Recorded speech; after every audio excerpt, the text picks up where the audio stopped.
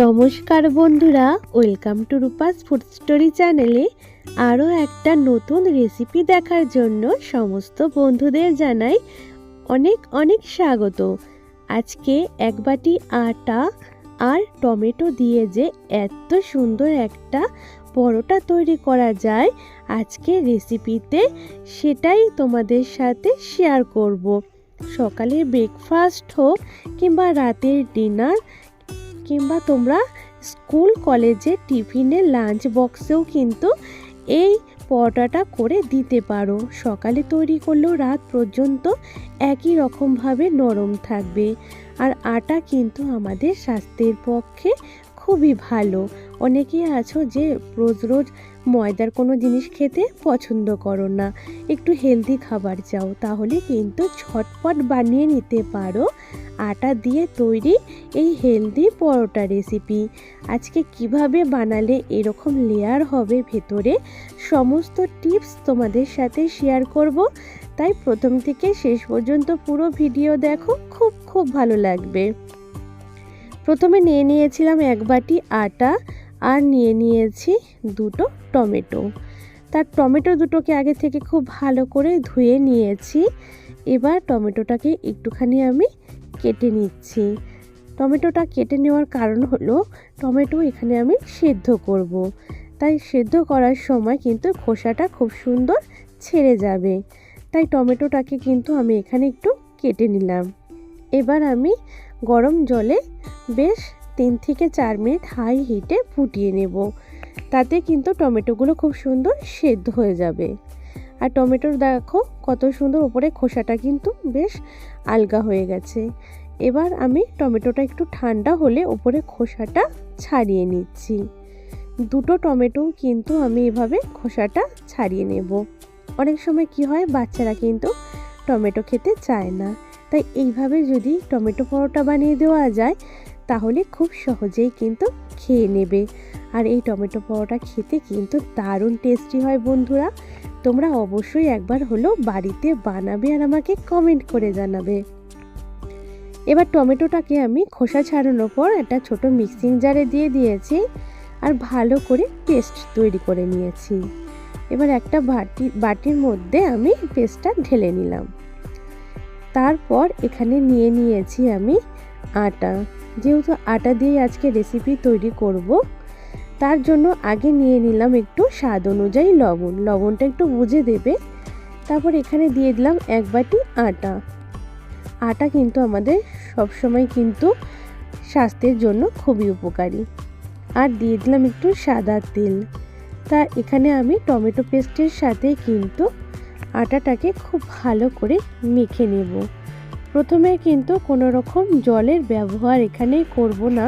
প্রথমে টমেটো পেস্টের সাথে মেখে নেব। তারপর প্রয়োজন হলে এখানে আমি কিন্তু জল ব্যবহার করব। আগে মেখে নিয়েছি, তাই এখানে আমার আরেকটু জলের দরকার। তাই নর্মাল তাপমাত্রায় রাখা জলটাই ব্যবহার করছি। তো অল্প অল্প করে জল দিয়ে একটা সুন্দর আটার ডো আমি তৈরি করে নেব। বেশ সুন্দর নরম করে মেখে নিতে হবে, যেভাবে আমরা রুটি বানানোর সময় একটা সুন্দর নরম ডো বানিয়ে নিই, সেইভাবেই কিন্তু আমি এখানে বানিয়ে নিয়েছি আটার ডোটাকে। এবার এটার থেকে আমি লেচি বার করে নেব। তোমরা তোমাদের পছন্দ অনুযায়ী ছোট বড় করে লেচিগুলো করে নিতে পারো, যে যেরকম সাইজের বানাতে চাও। তা আমি একটু বড় করেই বানাবো, এজন্য এখান থেকে আমি 4টে লেচি করে নিয়েছি। এবার খুব ভালো করে গোল করে নেব হাতের সাহায্যে ঘুরিয়ে ঘুরিয়ে। খুব সুন্দর করে কিন্তু এটা গোল করে নিয়েছি। তা বাকিগুলো একইভাবে রেডি করে নেব। এবার ঢাকা দিয়ে রেখে দিলাম, নাহলে কিন্তু ওপরটা শক্ত হয়ে যাবে আলগা রাখলে বা খোলা রাখলে। তারপর এখানে আমি নিয়ে নিচ্ছি ডিম। তোমরা চাইলে কেউ এমনিও তেল দিয়ে ভেজে খেয়ে নিতে পারো পরোটাগুলো, তবে আমি একটু ডিম নিয়ে নিয়েছি। এখানে ডিম বলতে আমি এখানে 4টে ডিম নিয়েছি। তোমরা চাইলে 2টো কিংবা 3টে ডিম দিয়েও করে নিতে পারো। উপরে একটা ডিমের কোটিং থাকবে, তাহলে খেতে আরও ভালো লাগবে। 4টে ডিম নেওয়ার পরে এখানে দিয়ে দিয়েছি পেঁয়াজ কুচি, লঙ্কা কুচি, ধনিয়া পাতা কুচি, স্বাদ অনুযায়ী একটু লবণ, একটু কাশ্মীরি লাল লঙ্কার গুঁড়ো আর একটু চাট মশলা। যদি চাট মশলা হাতের কাছে না থাকে তা তোমরা নর্মাল লবণ দিয়ে বানিয়ে নিতে পারো। আর খুব ছোট বাচ্চা হলে তাহলে কিন্তু কাশ্মীরি লাল লঙ্কার গুঁড়োটা বাদ দিতে পারো।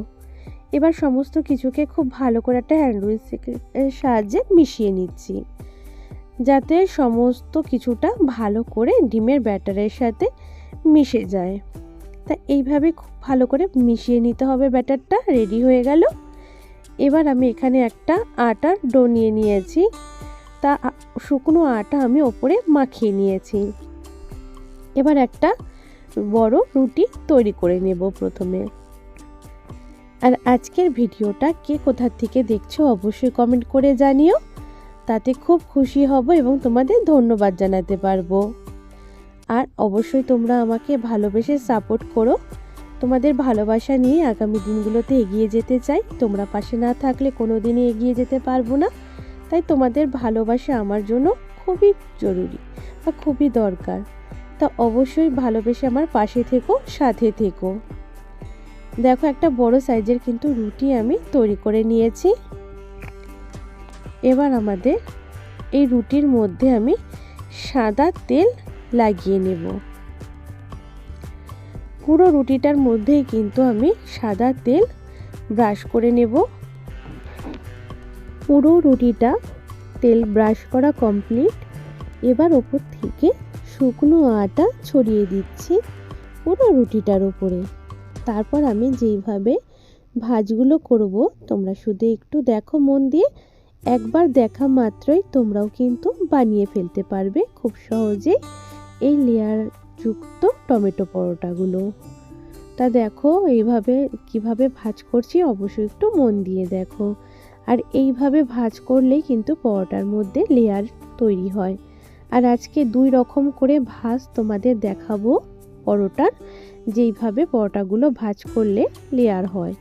তা একটা আমি কিন্তু এখানে রেডি হয়ে গেল। এবার এটাকে কিন্তু খুব ভালো করে চেপে নিতে হবে, ভেতরে যাতে কোনো রকম হাওয়া না থাকে। ভালো করে চাপ দিয়ে নিয়েছি। এবার শুকনো আটা ছড়িয়ে আবার কিন্তু এটাকে পরোটার শেপ দিয়ে দেব। চৌকো পরোটার শেপ আমি কিন্তু বেলে নেব। তাই শুকনো আটা দিয়ে যখন বেলে নেবে খুব সহজে কিন্তু বেলা যাবে, কোনো অসুবিধা হবে না। তা চৌকো করে কিন্তু চারদিক থেকে বেলে নিতে হবে। তোমরা চাইলে এটা রুটি মানে তৈরি করার পর পরোটাটা সাইড থেকে মানে 4-5 থেকে একটু করে কেটে নিতে পারো, তাহলে শেপটা আরও সুন্দর হবে। তা দেখো চৌকো শেপ করে কিন্তু প্রায় আমার মানে পরোটাটা বেলা কমপ্লিট হয়ে গেছে। আর কতটা দেখো আমি কিন্তু খুব বেশি মোটা রাখিনি, আর খুব বেশি আবার কিন্তু একদম পাতলাও করিনি, একদম মিডিয়াম রেখেছি। তো একটা পরোটা আমার রেডি হয়ে গেল। আরেকটা পরোটার জন্য রুটিটা বেলে নিয়েছি গোল করে। তারপরে দেখো কিভাবে কেটে নিচ্ছি পরোটাটাকে। দেখো 2 পাশ থেকে কিন্তু একটু একটু করে কেটে নিয়েছি। তারপর আবারও কিন্তু পুরো রুটি বা পরোটাটার মধ্যে কিন্তু আমি তেল ব্রাশ করে নিচ্ছি। আগের পরোটার মধ্যেও কিন্তু যেভাবে সাদা তেল ব্রাশ করে নিয়েছিলাম একইভাবে কিন্তু এই পরোটার মধ্যেও সাদা তেল ব্রাশ করে নেব। তেলটা ব্রাশ করে নেওয়া হয়ে গেছে। আবার উপর থেকে শুকনো আটা ছড়িয়ে দিচ্ছি। পুরো পরোটাটার মধ্যে কিন্তু উপর থেকে শুকনো ময়দা ছড়িয়ে মানে শুকনো আটা ছড়িয়ে দিচ্ছি। যেহেতু আমি আটা দিয়ে পুরো পরোটাটা তৈরি করছি তাই আমি আটাই দিয়েছি। তোমরা কেউ চাইলে এখানে শুকনো ময়দাও দিতে পারো।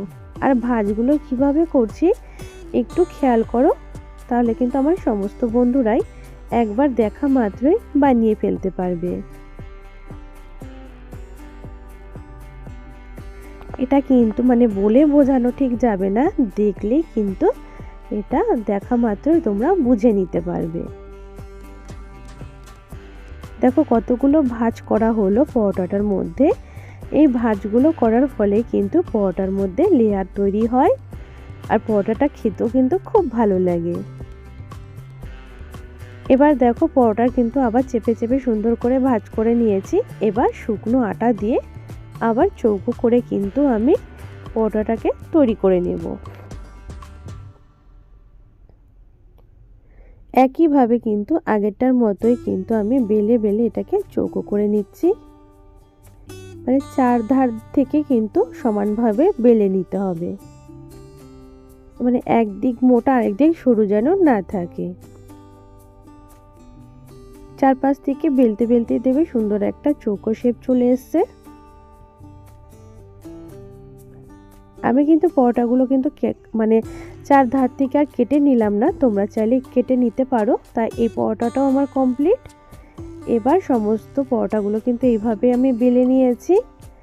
এবার দেখো যে ডিমের যে গোলাটা বা ব্যাটারটা রেডি করে রেখেছিলাম, এই ডিমের ব্যাটারের মধ্যে একটা পরোটা কিন্তু আমি এইভাবে ডিমের গোলা দিয়ে মেখে নিতে হবে। তবে খুব বেশিক্ষণ রাখবে না কিন্তু ডিমের গোলার মধ্যে বা ব্যাটারের মধ্যে, তাহলে একদম পরোটাটা নরম হয়ে যাবে। আগে থেকে কড়াইতে সাদা তেল একটু গরম করতে বসিয়ে রেখেছিলাম। তারপর পরোটাটা দেওয়ার পরে আবার উপর থেকে একটু একটু করে ডিমের ব্যাটার দিয়ে দিচ্ছি, কারণ এটা পরোটাটা তোলার সময় কিন্তু ডিমের ব্যাটারটা বা পেঁয়াজ যে লঙ্কাগুলো থাকে এগুলো পড়েই যায়।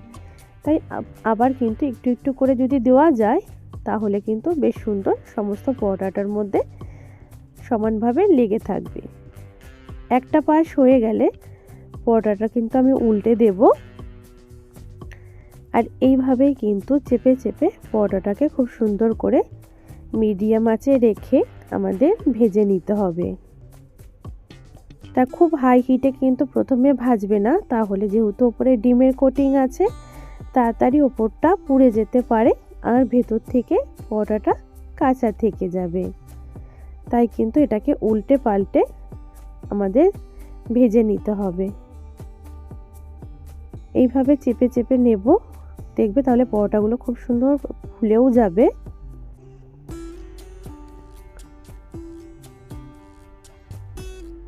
আর এই পরোটাগুলো দেখতে যেমন সুন্দর হয়, খেতেও দুর্দান্ত টেস্টি হয়। আর একবার বাড়িতে বানিয়ে খেলে বারবার কিন্তু বানিয়ে খেতে ইচ্ছে করবে। দেখো পরোটাটা কিন্তু চেপে চেপে বেশ সুন্দর করে ভেজে নিচ্ছি আমি। আর এটা কিন্তু মিডিয়াম ফ্লেমে রেখে কিন্তু আমাদের পরোটাগুলো বানিয়ে নিতে হবে। আবারও কিন্তু পরোটাটাকে উল্টে দেব। বেশ দুদিকটা ভালো করে উল্টে পাল্টে ভেজে নিলেই পরোটা কিন্তু ভাজা একদম রেডি হয়ে যাবে। আর এই পরোটাগুলো খাওয়ার জন্য কোনো রকম এক্সট্রা করে কোনো তরকারির প্রয়োজন পড়ে না, শুধুই গরম গরম খেতে কিন্তু দারুণ লাগে। আর চাইলে শুধুমাত্র একটু টমেটো সস যদি হাতের কাছে থাকে তাহলে সেটা দিয়েই কিন্তু এই পরোটাগুলো খাওয়া হয়ে যায়। আরেকটা পরোটাও কিন্তু একইভাবে কিন্তু আমি ভেজে নিচ্ছি। দুপাশ থেকে উল্টে পাল্টে ভালো করে মিডিয়াম ফ্লেমে রেখে পরোটাগুলোকে ভেজে নেব।